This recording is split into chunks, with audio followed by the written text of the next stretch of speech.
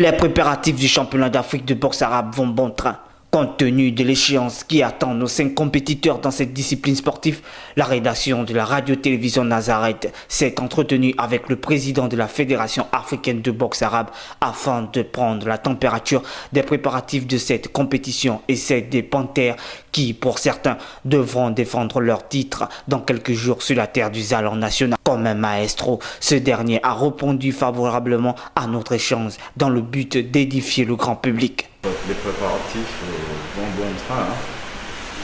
C'était pas trop la grande sérénité au niveau de la préparation dû aux problèmes financiers. Vous savez, la crise sanitaire là, a frappé un peu la plupart des pays.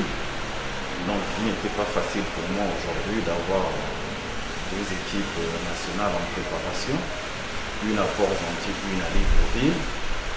C'était pas évident, mais bon, j'ai eu le soutien quand même du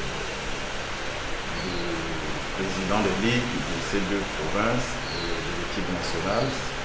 Chacun a pu faire des sacrifices de façon à ce que les jeunes puissent se préparer dans des conditions, je dirais, optimales, c'est trop dit, dans de bonnes conditions. Eric, là, vu qu'il s'agit de lui, nous a donné la particularité de cette compétition organisée dans la sous-région.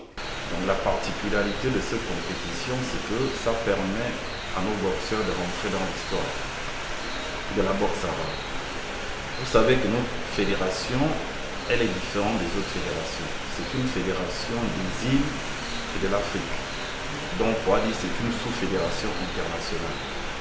Donc, ceux qui vont avoir les premiers titres vont avoir l'opportunité de pouvoir mettre leur titre en jeu. Soit avec les pays africains, nous en avons 52, soit avec les îles, nous en avons 23, qui sont, bon, les îles c'est des pays, c'est-à-dire on a les Seychelles, on a la Guyane, on a la Jamaïque, on a Cuba, on a Trinité et Tobago, etc. Pour écarter le spectre d'inégalité, le président de la FABA a tenu à préciser que seuls les meilleurs compétiteurs vont participer à cette échéance africaine. On n'a pas été écartés. Si vous savez que les métropoles au Gabon, c'est Libreville et Port-Gentil. Donc même quand on fait les championnats, 80% des victoires sortent de ces 2 provinces. Donc automatiquement, quand il fallait faire une sélection pour voir qui est capable de disputer un championnat d'Afrique, les gens qui avaient les meilleurs CV, ce sont les boxeurs de Libreville et de Port-Gentil, parce que là on parle quand même d'un championnat d'Afrique professionnel. Donc pour être challenger, parce que c'est des challengers, parce que les titres sont vacants, pour être challenger dans un championnat d'Afrique professionnel, on regarde votre CV de combat.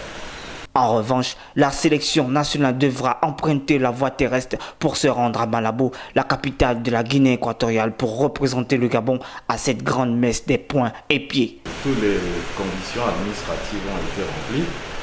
Là, l'équipe de Port-Gentil est arrivée hier. Ils ont fait le test du Covid-19 là aujourd'hui. Les autres avaient déjà fait. Les conditions de transport sont réunies. Nous allons aller par voie terrestre jusqu'à la frontière.